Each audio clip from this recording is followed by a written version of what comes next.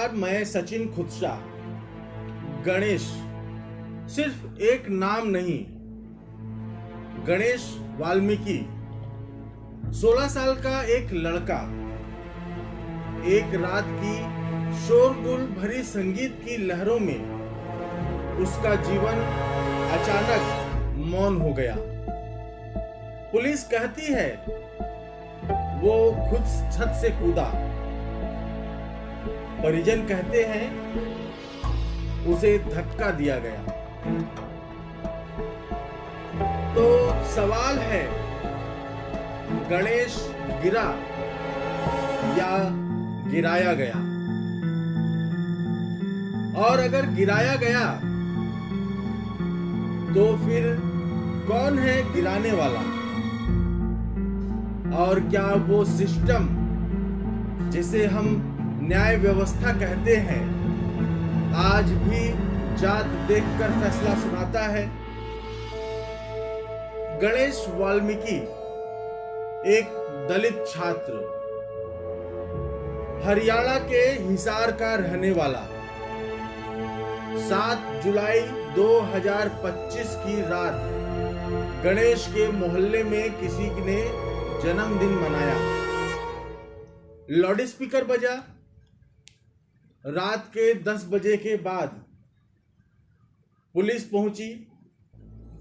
क्या हुआ वहां? पुलिस कहती है गणेश और उसके दोस्तों ने हमला किया।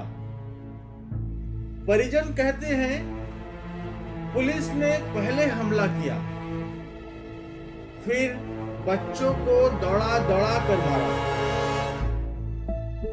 सीसीटीवी फुटेज है, आकाश का बयान है, पुलिस की प्रेस कॉन्फ्रेंस है,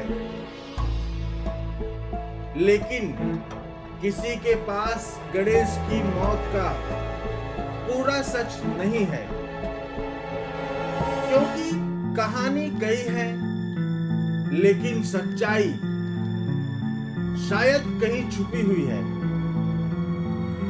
गणेश का शव 10 दिन तक हिसार के सिविल अस्पताल की मोर्चरी में रखा रहा।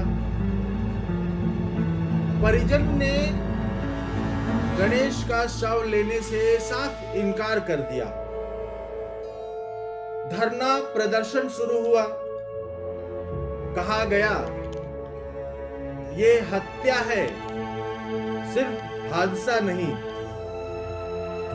पूरा का पूरा दलित समाज सड़कों पर था। कहा गया जब तक पुलिस कर्मियों पर हत्या का केस दर्ज नहीं होगा, शव नहीं लिया जाएगा। सोचिए,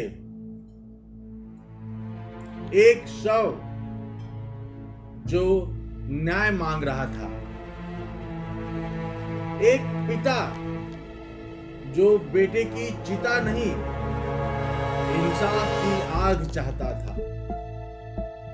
90वें दिन राजनीति गर्म हुई। कांग्रेस के पूर्व राष्ट्रीय अध्यक्ष व नेता प्रतिपक्ष राहुल गांधी आए, बोले जब सत्ता मनुवादी सोच की गोद में बैठती है तो दलितों की जान की कोई कीमत नहीं बचती। कांग्रेस नेताओं की दौड़ शुरू हुई। चरणजीत सिंह चन्नी, कुमारी शैलजा, सभी पहुंचे, समर्थन जताया। क्या ये संवेदना थी या फिर आगामी चुनावों के लिए दलित वोट बैंक की चिंता? आप तय कीजिए। हरियाणा सरकार ने एसआईटी बनाई। सामाजिक न्याय मंत्री कृष्ण बेदी पहुंचे, लेकिन गणेश के परिजन नहीं माने। फिर सरकार ने एक नया पत्ता फेंका, हरियाणा सम्मानजनक शवदाह अधिनियम 2024, यानी अगर परिवार अंतिम संस्कार ना करे तो सरकार गरिमामय दाह संस्कार कर सकती है। आप पूछ सकते हैं, गरिमा का ठेका किसके पास है? जब गणेश वाल्मीकि को शायद गरिमा से मारा गया, अब उसी के शरीर को कानून की गरिमा से जलाया जाएगा। क्या यही है न्याय? पुलिस ने सीसीटीवी फुटेज जारी किया। 9 बजे गणेश छत पर है। 10:55 पर लड़के लाउडस्पीकर लाते हैं। रात के 11:30 पर डांस चल रहा है और पुलिस आती है। फिर हंगामा होता है। एक वीडियो में पुलिस पर हमला दिखता है। एक घायल लड़के आकाश का भी बयान है। वो कहता है, हम पुलिस से भागे और खुद कूदे। पुलिस पॉलीग्राफ टेस्ट के लिए तैयार है। एडीजीपी कहते हैं, हमने सिर्फ बचाव किया। लेकिन सवाल है, क्या वर्दीधारी सिर्फ बचाव करते हैं या कभी कभी बदला भी? गणेश की मौत अब सिर्फ एक मौत नहीं है, वो एक प्रतीक है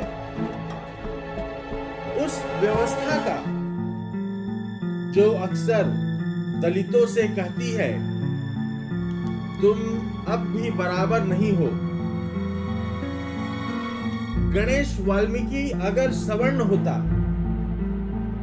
तो क्या 10 दिन तक शव यूं ही पड़ा रहता?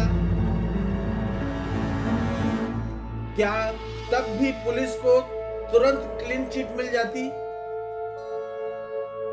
या फिर देश भर में जलते मोमबत्तियों के बीच प्रशासन रातों रात हरकत में आता?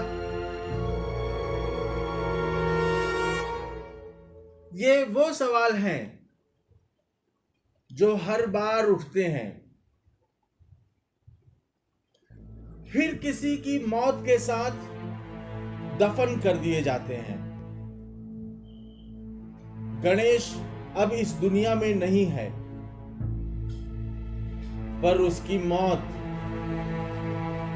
जिंदा है, एक सवाल की तरह, एक चोट की तरह, एक दस्तावेज की तरह,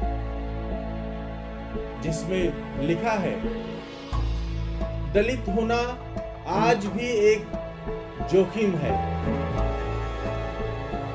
रही बात जांच की, तो वो होगी, जांच होती रहेगी जैसे होती है, मगर जवाबदेही वो कहीं सीसीटीवी के ब्लाइंड स्पॉट में गुम हो जाएगी। गणेश वाल्मीकि एक नाम, एक प्रतीक, जिसकी मौत से निकली आवाज अब हमारे जमीर से टकरा रही है। क्या हम सुनेंगे उस आवाज को या फिर अगली मौत तक इंतजार करेंगे? अगर आपको लगता है कि ये सिर्फ एक हादसा नहीं, एक सिस्टम की खामोशी है, तो इस कहानी को जरूर आगे पहुंचाएं। धन्यवाद।